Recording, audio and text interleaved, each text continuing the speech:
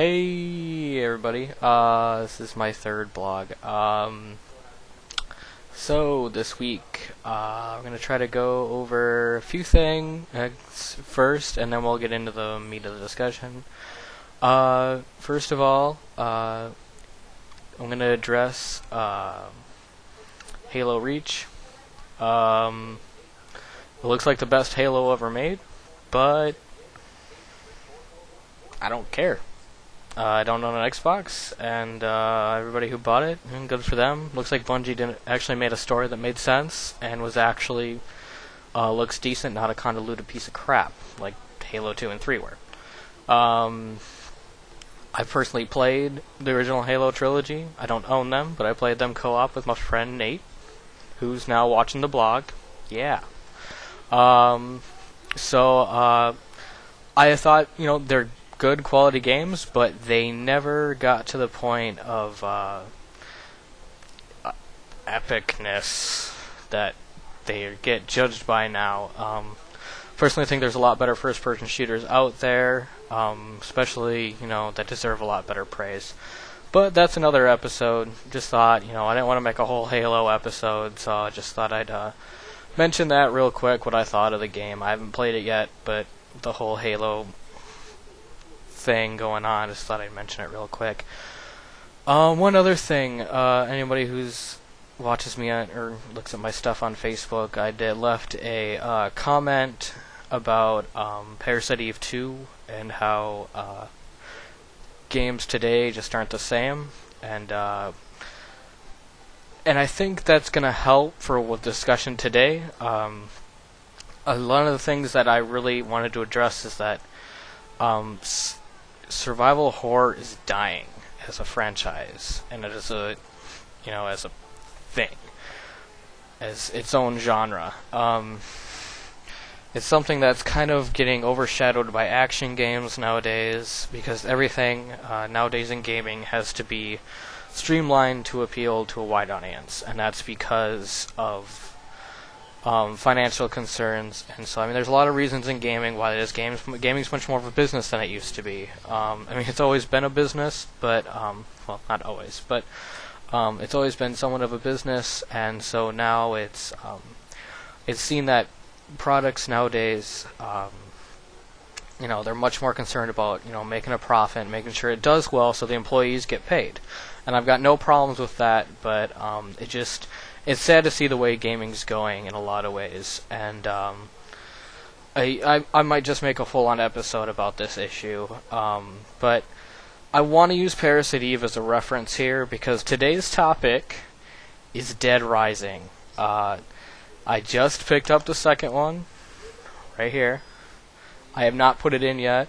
Well, I've put it in, but it still has to I have to update PSN, which takes like an hour to do.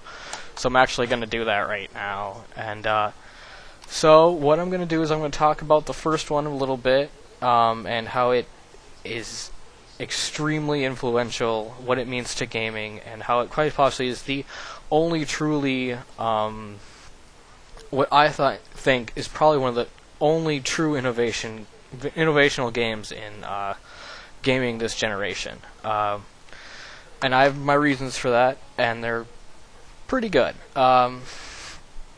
So, update this. Also, today on the episode, we're going to, I'm going to play Dead Rising you're going to see like the first 5 minutes of me playing it and my initial reactions. Just thought it'd be a cool little thing to do, especially since the game came out today and whatnot. Cool little different thing. Not a lot of people who do blogs do that kind of stuff, so I thought it'd be kind of neat. Which means that this episode's gonna be kind of long, probably longer than the others, which have been like 20 minutes. So this one might actually go to like 40. There might be like 4 parts of it.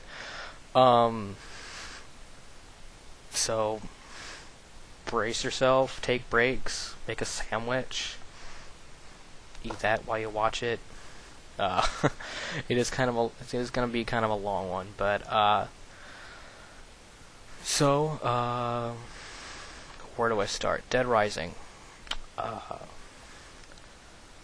came out at a time when the next generation was just starting. Came on the Xbox. It was an Xbox 360 exclusive. Capcom actually never intended it to be an Xbox exclusive. It just kind of happened that way.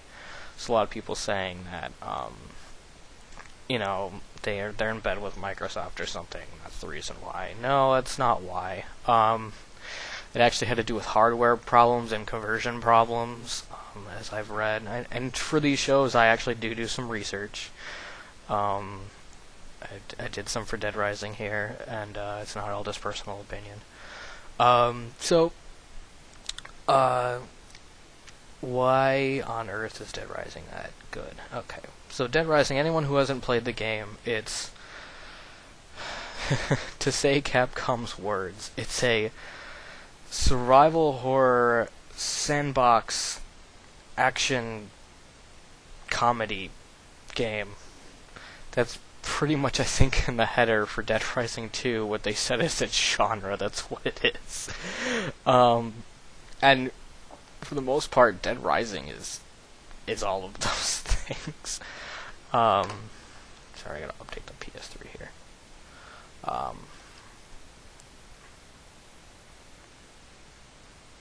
Blu-ray 3D, ooh, woohoo. That's another big thing I need to talk about, is 3D television. And how no one cares about it. So, Dead Rising starts off... Sorry for the tangent of going off. Dead Rising starts off where you simply play as photographer Frank West, who goes into a Colorado mall in a town that's been completely infested by zombies. And you have 72 hours until your helicopter comes back to rescue you. And so, all of these things tie together into an extremely unique package. So let's break those things down. First of all, Frank West is a character. He's covered wars, Frank West is one of those characters that has an odd appeal, and no one really knows why they like him. He's kind of... Capcom has always been known for their interesting characterizations, usually very Japanese, and kind of, just interesting to watch, and, usually almost always over the top, and so Frank is a character. He's a photographer, and most photographers and journalists, he's an asshole.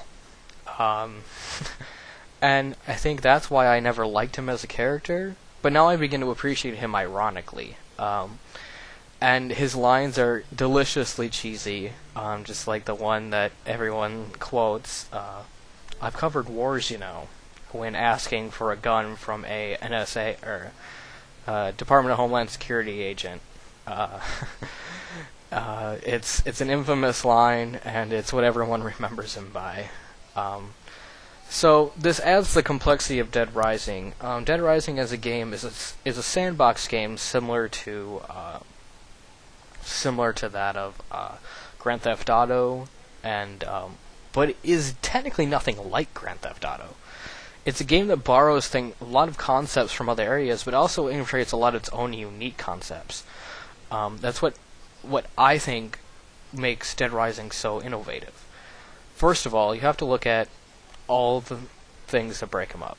I commented on Frank West, which has a unique character and everything, but the gameplay mechanics themselves are what really sets Dead Rising apart. And the story itself is this odd combination of serious and other elements. In part 2, I'm actually going to break down the gameplay elements and why each one of them are revolutionary. Alright.